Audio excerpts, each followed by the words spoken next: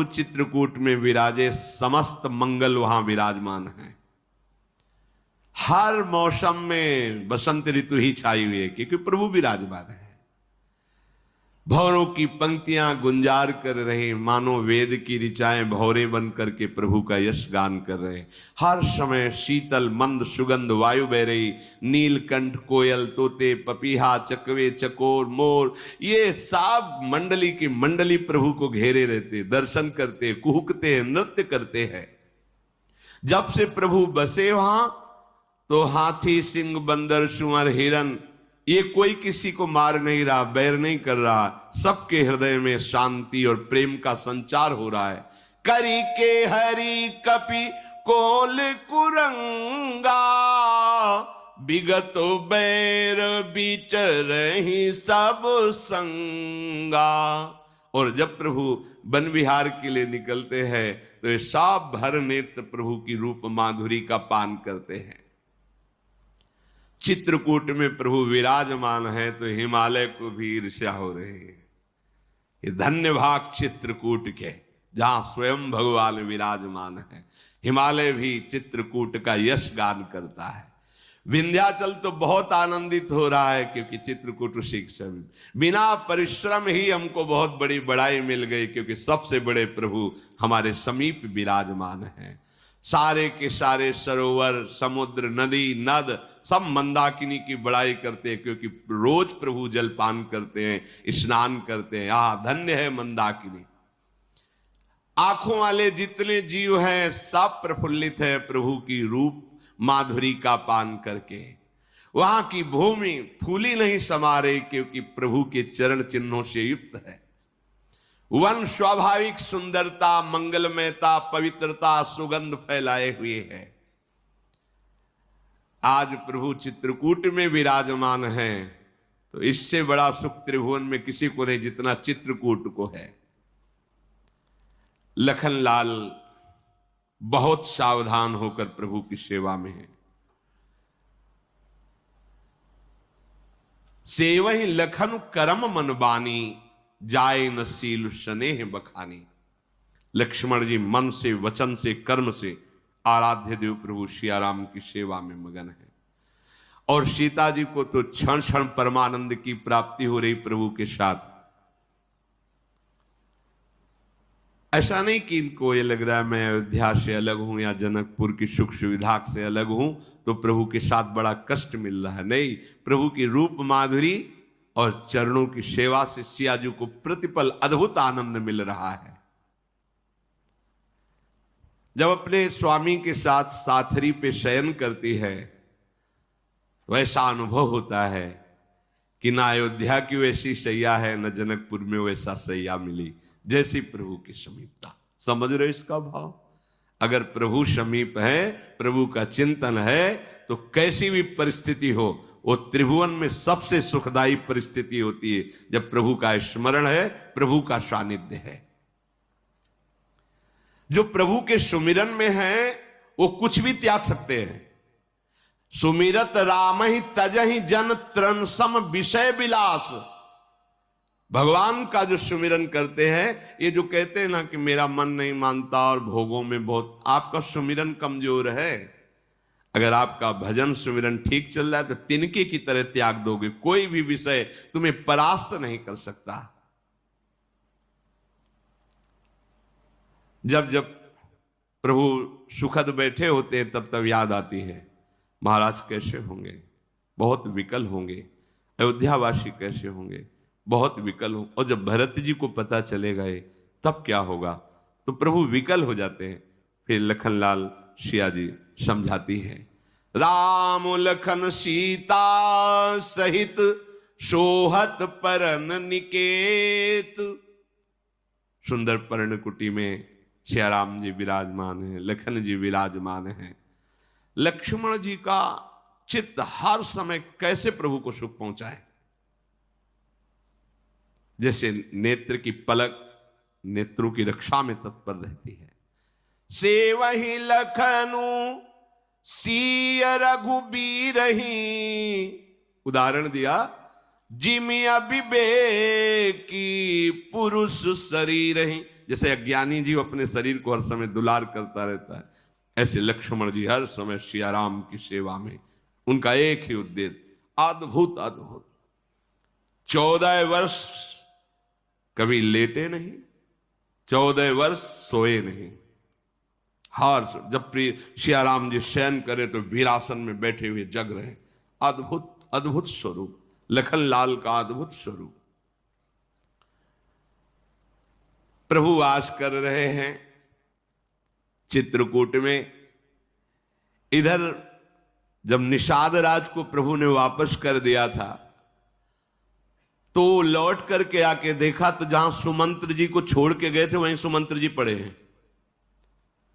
हिम्मत ही नहीं हुई अयोध्या तरफ जाने की।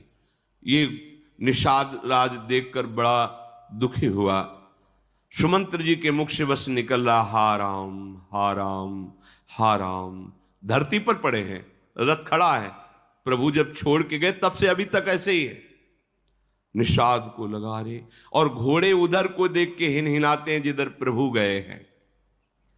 ना घास ना पानी, की आंखों से जल बह रहा। सुमंत्र जी पड़े हुए। निषाद तो व्याकुल होकर के सुमंत्र जी को ऐसे गोद में सर उठाया और कहा, आप विषाद छोड़िए, आप बड़े विवेकवान ज्ञानी हैं, आप परमार्थ के रहस्य को जानने वाले हैं।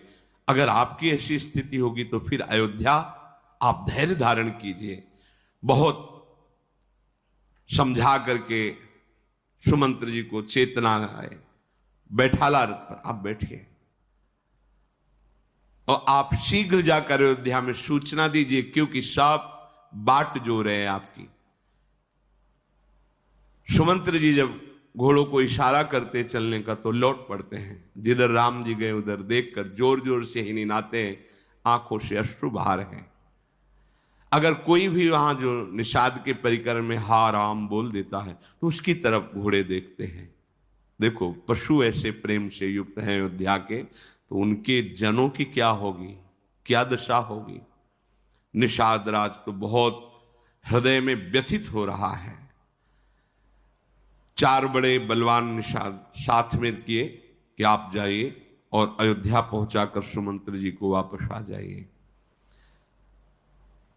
वो अपने स्वामी से प्रेरित होकर सुमंत्र जी को लेकर अयोध्या की तरफ चले। सुमंत्र जी को कुछ होश ही नहीं, बस राम राम बैठे हैं केवल रथ में। अयोध्या की तरफ रथ चल रहा है। वो सोच रहे, हाय प्राण क्यों नहीं निकल जाते। मैं महाराज को क्या बताऊंगा कि सिया राम लखन वनवास गए, उनकी क्या दशा होगी। ये समाचार सुनाने के पहले ही मेरे प्राण निकल जाएं।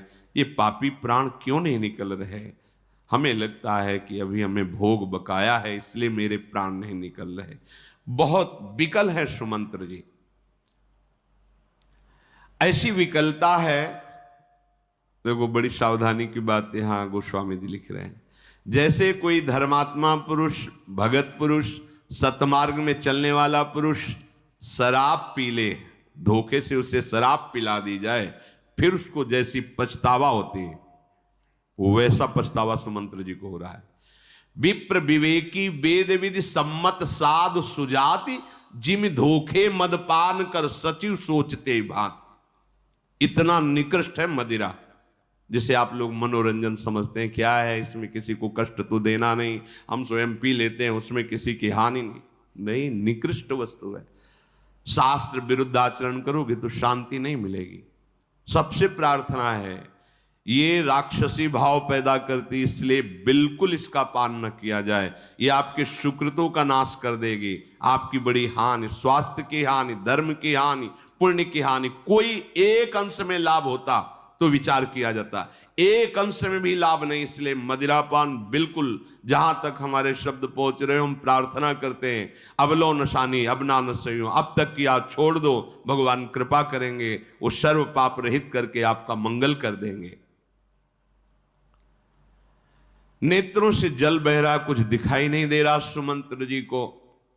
ओठ सूख गए हैं, जबान सूख गई, बोलते नहीं बन रहा। कैसे महाभाग्य हैं प्रभु के प्रेम में, कैसी इनकी स्थिति है। सुमंत्र जी का मुख का रंग उड़ा हुआ है, पीत वर्ण का हो गया है। ऐसा मालूम होता है कि जैसे कोई अपने माता पिता की हत्या करके निस्तेज हो जाता है, सारे सुकृत नष्ट।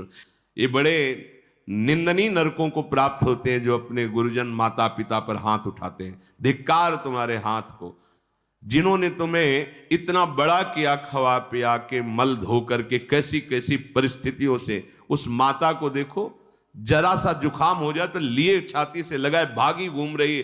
कोई भी अस्पताल, कोई भी वैद्य, कुछ भी बेचना पड़े, मेरे लाला को जुकाम ना हो जाए। वही लाला जब सयाना हुआ तो उसी माता को पीटता है, अपमानित करता है, निकाल देता है घर से। तो तुम्हारी दुर्गति ऐसी होगी, भोग भी नहीं पाओगे, त्राहिमाम मचेगा। कह रहे सुमंत्र जी को ऐसा दुख हो रहा है जैसे कोई अपने माता पिता को पीटता है ना, उसको जो दुख मिलता है। यहां भी तुम अशांत और दुखी रहोगे, वहां भी। आप क्या समझते हो? आपके माता पिता गुरु हैं, जिन्होंने आपको गर्भ में धारण किया, पालन पोषण किया। अब चाहिए था कि आप उनकी सेवा में रत हो। उनको दंड दे रहे हो, उनको गालियां दे रहे हो, उनका अपमान कर रहे हो, उनको निष्कासित कर रहे हो। इससे बड़ा महापाप क्या होगा? तुम समझते हो तुम्हें बहू मिल गई और हम मनमानी सुख भोगेंगे? देख लेना। जिसके माता पिता ने गले लगाकर आशीर्वाद दे दिया, ब्रह्मा भी नहीं काट सकते उस आशीर्वाद को। ध्यान रखना, ब्रह्मा भी नहीं काट सकते। इस बात को समझ लो। माता पिता कोई छोटी मोटी सामर्थ्य नहीं, साक्षात जगत पिता भगवान ही उनके हृदय में बैठे हुए हैं। अगर आप अपने बूढ़े माता पिता का अपमान करते हैं, मेरी बात मान लेना, कहीं सुखी नहीं रह सकते। उनके हृदय की दाह सदैव तुम्हें जलाती रहेगी, तुम्हारे शुभों का नाश करती रहेगी। कभी तुम यश को, सम्मान को, सुख को, शांति को न लोक में न परलोक में कभी नहीं प्राप्त कर सकते। मुख से सुमंत्र जी के कोई वचन नहीं निकल रहा है। बार बार सोच रहे कैसे अयोध्या में प्रवेश करूं। अब वहां प्रवेश करूंगा, लोग पूछेंगे कहां है सिया राम? क्या उत्तर दूंगा? जब कौशल्या जी आएंगी और कहेंगी कि कहां है हमारे राम, और जब महाराज जी पूछेंगे दशरथ जी कहां है राम, क्या? हृदय न बिदर्यो पंकजिमी, बिछुरत प्रीतम नीरू, जानत हो मुहि दीन विधि, यहु जातना शरीर। सुमंत्र जी सोच रहे मेरा हृदय क्यों नहीं रुक जाता, अर्थात हृदय फेल क्यों नहीं हो जाता। मुझे लगता है जैसे नरक भोगने के लिए यातना देह मिलता है, उसमें मृत्यु नहीं होती, ऐसे ही मेरी मृत्यु इसलिए नहीं हो रही कि मुझे दुख भोगना है। सुमंत्र जी बहुत व्याकुल हैं। चारों निषाद सुमंत्र जी के पैर पड़ करके कि अब आप अयोध्यापुरी में प्रवेश करें, और वो वहां से वापस हो जाते हैं। ऐसा लग रहा है सुमंत्र जी को कि कैसे अयोध्या में कैसे प्रवेश करें। प्रकाश था तो छुप गए वृक्षों की आड़ में। जब अंधेरा हुआ, रात्रि आई, तब धीरे धीरे रथ अयोध्या की तरफ ले गए और दरवाजे पर चुपके से रथ खड़ा करके महल में प्रवेश किया। लोगों ने सुना कि राजद्वार पर रथ आया है, भाग पड़े अयोध्यावासी। आगे सिया राम, कैसा प्रेम। जब कोई उनको बताता है नहीं रथ तो हमने खाली देखा, केवल सुमंत, हा राम, मूर्छित होकर गिर जाते हैं। जैसे मछलियां जल से अलग कर दिया तड़पती, ऐसे पूरे अयोध्यावासी महल के दरवाजे में मूर्छित तड़प रहे हैं। जब कोई ये कहता है कि खाली रथ आया है, केवल सुमंत्र जी अंदर गए हैं, वो भी बहुत उनकी विषाद युक्त दशा है। पूरे नर नारी सब व्याकुल। जे ही सुमंत्र जी अंदर प्रवेश किए, देखा अकेले सुमंत्र, पूरा रनिवास हाहाकार मच गया। अब वो तो जिनका प्रेम है वही समझते हैं, अपने तो केवल बोल रहे हैं और आप केवल सुन रहे हैं। जिनके हृदय में वो प्रेम और वो दशा। मां पूछना चाहती पर हिम्मत नहीं पड़ रही कि ना न कह दें। कहां है राम? तो कह देंगे कि नहीं आए राम। ये हिम्मत जबकि देख रहे हैं। कुछ समय तक तो कोई ना कुछ बोल रहा है ना कोई सुन रहा है, शांत एकदम वातावरण। सुमंत्र जी ने कहा महाराज कहां है? कुछ दासियां उनको संभाल करके कौशल्या जी के महल में ले गई, महाराज को यहां विराजमान किया गया। देखा महाराज की दशा, मूर्छावस्था है,